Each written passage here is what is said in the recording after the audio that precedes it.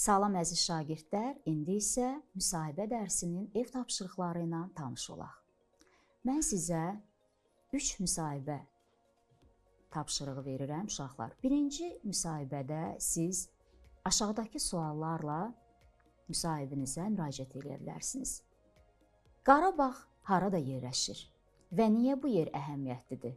Qarabağ müharibəsi nə zaman baş verdi və niyə baş verdi? Bu müharibədə hansı tərəflər iştirak edirdi? Qarabağ müharibəsi zamanı insanlar hansı çətinliklərlə qarşılaşdılar? Sizcə müharibə insanların həyatına necə təsir edir? Qarabağ müharibəsi nəticəsində harada yaşayan insanlar məcburi köçkün oldular?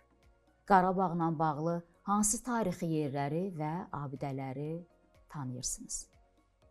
Növbəti müsahibəmiz. Qarabağda aparılan abadlıq işləri haqqında nə bilirsiniz? Bu abadlıq işlərinin məqsədi nədir? Abadlıq işləri hansı mərhələdədir və nə vaxt tamamlanacaq? Bu abadlıq işləri Qarabağın hansı hissələrində həyata keçirilir? Abadlıq işləri zamanı hansı çətinliklərlə qarşılaşırsınız?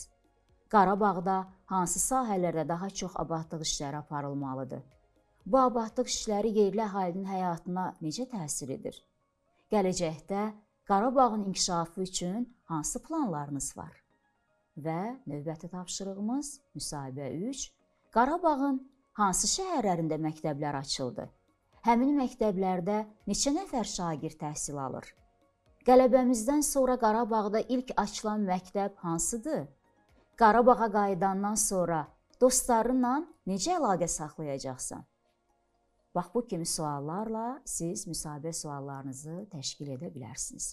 Sağ olun əziz şagirdlər, gələn dərsimizə qədər.